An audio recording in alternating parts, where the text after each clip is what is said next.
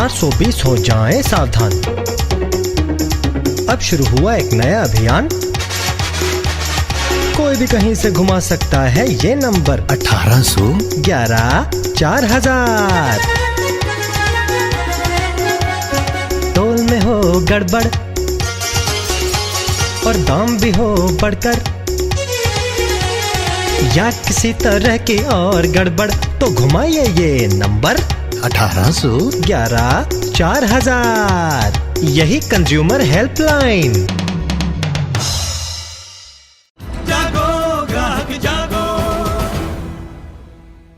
नमस्कार, धन दौलत में आपका स्वागत है। मैं हूं प्रांजल शर्मा। पिछले कुछ हफ्तों से हम आपको बताते आए हैं निवेश और इनकम टैक्स से जुड़े मुद्दे, उनका मसला जो हम सुलझाते आए हैं। लेकिन आज हम बात करेंगे एक और अहम मुद्दे की, वो है ग्राहकों के हक की।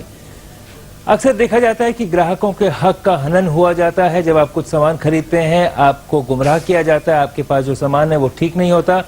उस स्थिति से कैसे निपटें, इस पर हमारे एक खास शो है। और चर्चा में मेरे साथ रहेंगे श्रीराम खन्ना जी, जो संचालक हैं नेशनल कंज्यूमर हेल्पलाइन के और मैनेजिंग एडिटर हैं वॉइस मैगजीन के, जो भी कंज्यूमर के हितों की रक्षा करती है। लेकिन सबसे पहले देखते हैं ये रिपोर्ट, जिसमें हमने बताया कि कौन कौन से कानून हैं जो ग्राहकों के हक की रक्षा करते हैं। कहने को तो कंज्यूमर इज किंग या ग्राहक भगवान होता है, लेकिन हकीकत तो ये है कि कदम कदम पर उसके अधिकारों की अनदेखी की जाती है। ऐसा नहीं है कि इनसे निपटने के लिए कानून नहीं है।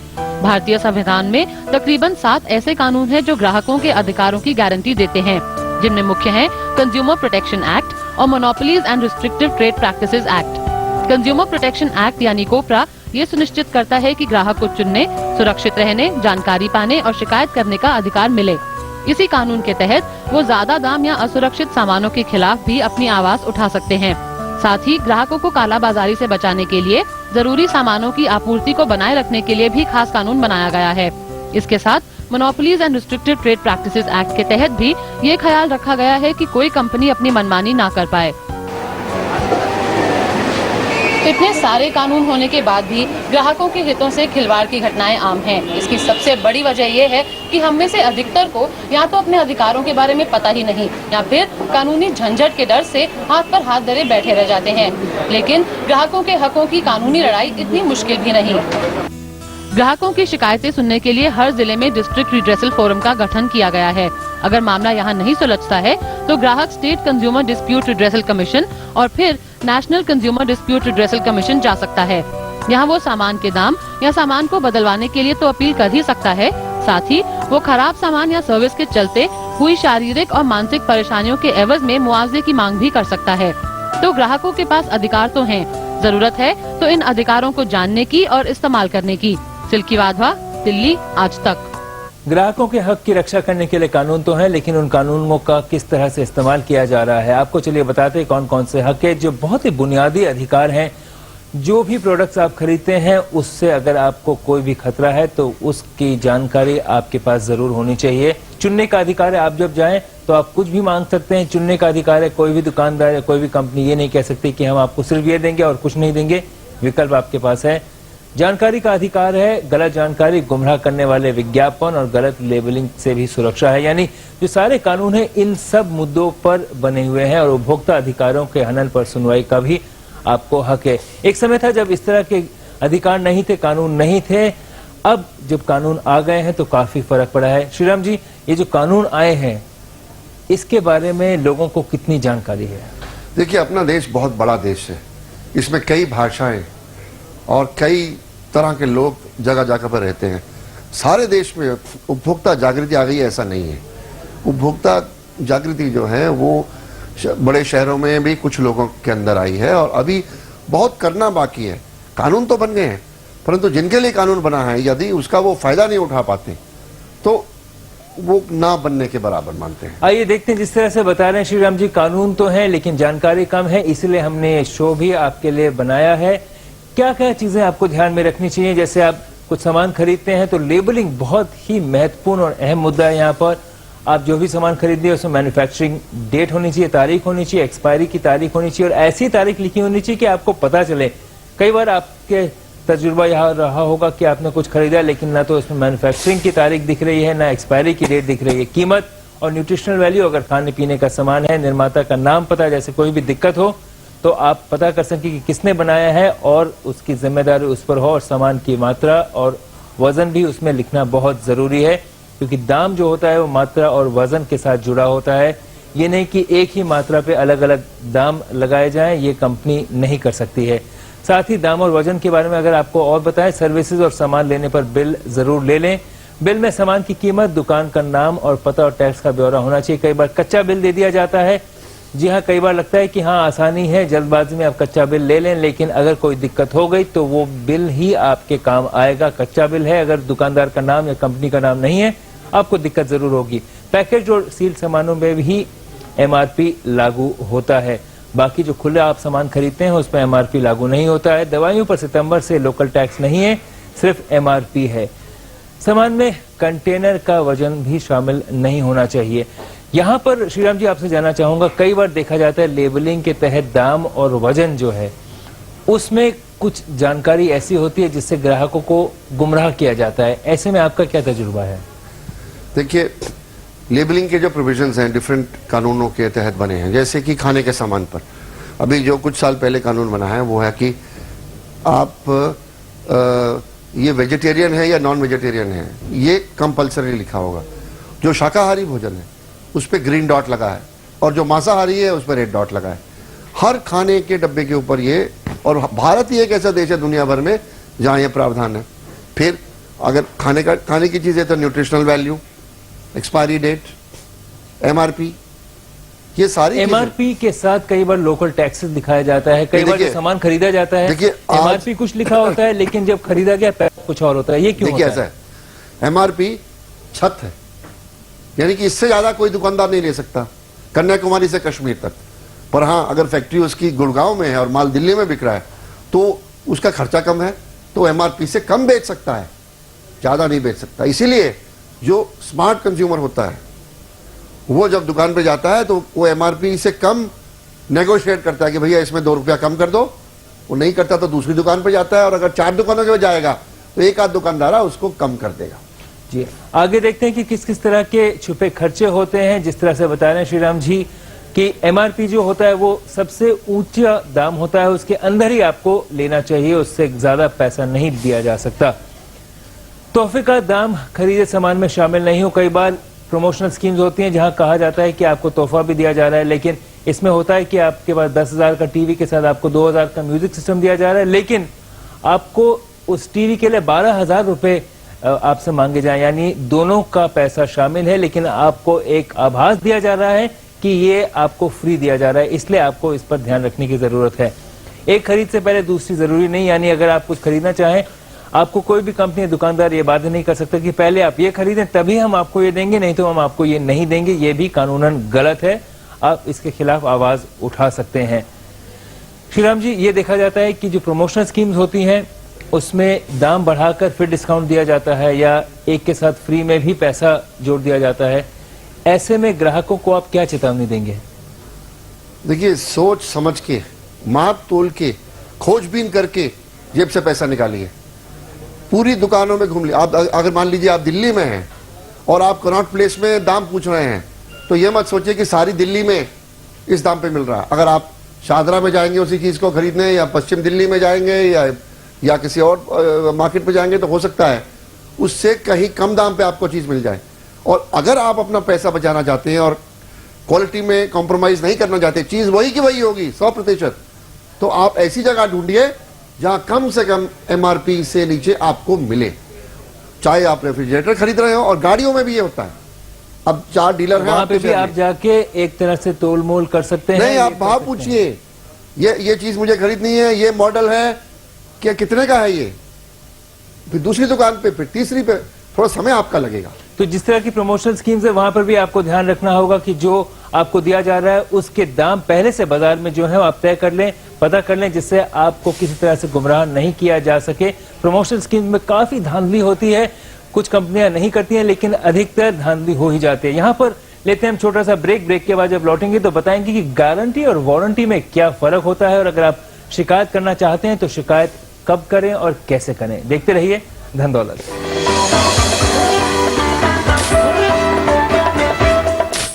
धन दौलत में आपका एक बार फिर स्वागत है। हम आज बात कर रहे हैं ग्राहकों की हक की, किस तरह से गुमराह किया जाता है। अलग अलग स्कीमें होती हैं, लेकिन अगर आप शिकायत करना चाहते हैं तो आप कैसे करें। अब बात करते हैं गारंटी और वारंटी की। मेरे साथ स्टूडियो में मौजूद हैं श्रीराम खन्ना जी, जो नेशनल कंज्यूमर हेल्पलाइन के संचालक हैं। हमको सलाह दे रहे हैं, ग्राहकों को सलाह दे रहे हैं उनके हक के बारे में। वारंटी, हर सामान की अलग वारंटी होती है और साथ में गारंटी जो होती है वो सामान पुर्जे बदलना या सर्विस पे होती है। इसका जो बुनियादी फर्क है इसको आप जरा बताएं। कई बार गारंटी और वारंटी में बहुत कंफ्यूजन हो जाता है।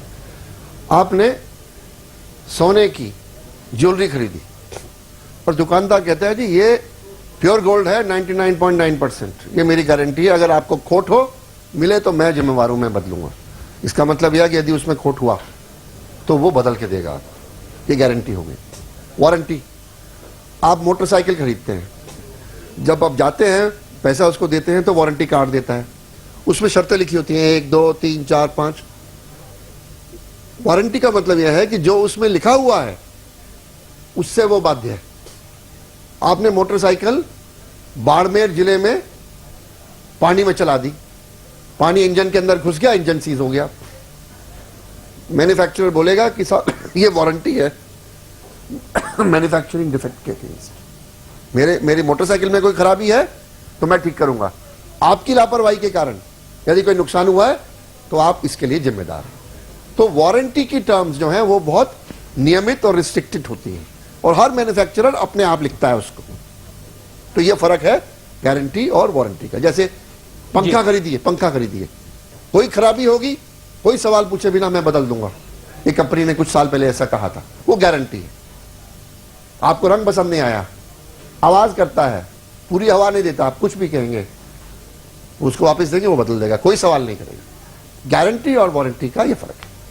कुछ उद्योगों में जैसे बैंकिंग और इंश्योरेंस में, इलेक्ट्रिसिटी में बिचौलिए सरकार ने बैठाए हुए हैं प्रॉब्लम सॉल्व करने के लिए।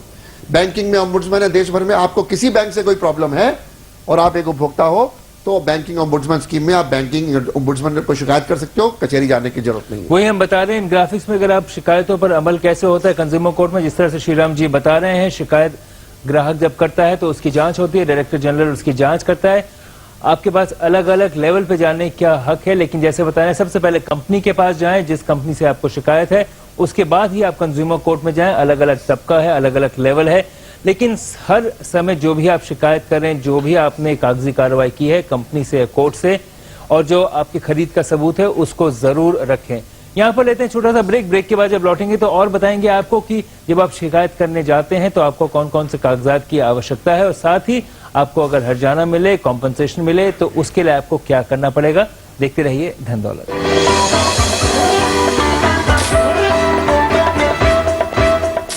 धन दौलत में आपका स्वागत है। हम बात कर रहे हैं ग्राहकों के हक की और इस चर्चा में मेरे साथ हैं श्रीराम खन्ना, जो संचालक है नेशनल कंज्यूमर हेल्पलाइन के। यहाँ पर आपको बता दें कौन कौन से आपको कागजात चाहिए अगर आप शिकायत करने जाते हैं। यहाँ पर नुकसान का सबूत होना चाहिए, शिकायत के लिए बहुत जरूरी है, साथ ही शिकायतकर्ता का नाम और पूरा पता होना चाहिए। श्रीराम जी, आपसे जानना चाहूंगा कि किस लेवल पे जाना चाहिए। कोर्ट में भी जाने की बात होती है तो पहले कचहरी में तो देखिए भगवान लोगों को दो चीज से बचाए, एक कचहरी से और एक अस्पताल से। पर मजबूरी हो तो जाए। मजबूरी कब होगी उपभोक्ता को कि कंपनी उसकी बात नहीं सुन रही है, उसने बातचीत कर ली है, कंपनी ने कहा जी जो करना कर लो। फिर कुछ इंडस्ट्रीज में जैसे इंश्योरेंस, बैंकिंग, बिजली, कई प्रदेशों में बिजली जो रेगुलेटरी कमीशन हैं उन्होंने डिस्प्यूट रिड्रेसल के लिए फोरम बनाए हुए हैं, वहीं जाइए आप। और कुछ जगह पे जैसे ड्रग्स के लिए ड्रग कंट्रोलर्स हैं हर स्टेट के अंदर, एमआरपी के लिए वेट्स एंड मेजर्स वाले हैं, फूड अडल्ट्रेशन के लिए ऑफिसर्स हैं गवर्नमेंट के, उनको शिकायत कीजिए। अगर कुछ नहीं होता तो तब कचहरी जाइए, और तभी जाइए जब एसेंशियल हो, क्योंकि वहां भी समय लगेगा। जिस तरह से बता रहे हैं कि आप कोर्ट में अगर जाएं तो तभी जाएं जब बाकी सारे जो आपके विकल्प है वो खत्म हो गए हों। शिकायत करते समय आप ये ध्यान में रखें कि शिकायत साफ तरीके से लिखी जानी चाहिए। शिकायत सिर्फ हिंदी या अंग्रेजी में ही लिखी जा सकती है, और साथ में शिकायत दर्ज करने वाले का नाम, ओहदा जरूर नोट करें। शिकायत करने की तारीख, समय और शिकायत नंबर भी आपको लिखना पड़ेगा। हम आपको पहले ही बता चुके हैं कि बिल नंबर, कंपनी का नाम, model number, batch number, warranty card number वगैरह जरूर दें। इन सब को आप जरूर रखें। जो भी आप खरीद करते हैं, छोटी से लेके बड़ी खरीद तक, उसमें खाने के सामान की छोटी सी भी चीज आप खरीदते हैं तो उसका बिल होना चाहिए। अक्सर नहीं लिया जाता है लेकिन बिल होना चाहिए। शिकायत की फोटोकॉपी भी आपके पास रहनी चाहिए, लेकिन अगर आपके पास ये सबूत हो तब आपकी शिकायत की सुनवाई होगी और आपको हर्जाना भी मिलेगा और कंपनी को सबक भी मिलेगा कि वो इस तरह का सामान गुमराह करके आपको नहीं बेच सकते हैं। शिकायत के लिए एक्नॉलेजमेंट भी उस पर जरूरी है। तो यहाँ पर आपका जो तजुर्बा है, जिस तरह से शिकायत की जाती है, सबसे बड़ी गलती ग्राहक शिकायत करते समय क्या करते हैं? देखिए, कोई भी चीज खरीदे जिसमें आपको प्रॉब्लम कभी हो सकती है ऐसा अंदेशा हो, उसकी रसीद जरूर ले लें। उसके ऊपर पूरा नाम पता, चीज क्या खरीदी है और कोई स्पेशल टर्म्स उसने एग्री करी है बेचने वाले ने तो लिखवा लीजिए कैश मेमो पे, भैया लिख दे इसके पीछे या ऊपर अपने हाथ से। वारंटी कार्ड लेते हैं तो उसको साइन करके और उसका एक पार्ट उनको वापस देना है तो दे दीजिए। जो भी वारंटी में उसमें तारीख और जो डीलर है उसका डीलर कई बार होना जरूरी कंपनियां है। कहती हैं कि डीलर से मोहर लगवाओ, तो मोहर लगवा के साइन करवा लो, ठीक है, और इसकी कॉपी अपने पास रखो अगर देनी भी है कंपनी को वापस। तो सारे सबूत और कागजात जरूर कचहरी होना अंधी चाहिए। होती है, उसको सिर्फ सबूत दिखाई देते हैं। तो श्रीराम जी ने बताया जिस तरह से अगर आप शिकायत करने जाएं तो 3 शब्द हैं, सबूत सबूत सबूत। आपके पास सारे सबूत रहने चाहिए। आपको किस तरह का मुआवजा मिल सकता है आपको दिखाते हैं। पुराने सामान के बदले आपको नया मिल सकता है, यानी आपने कुछ खराब लिया हो तो उसको रिप्लेस किया जाएगा। सामान को ठीक कराना कंपनी के खर्चे पर होगा या डीलर के खर्चे पे होगा। सामान के दाम का वापस होना, अगर आप नहीं चाहते हैं वो खरीदना तो कंपनी और या डीलर आपको पैसा वापस करने के लिए भी बाध्य है और खर्चे का आपको मुआवजा भी मिलेगा।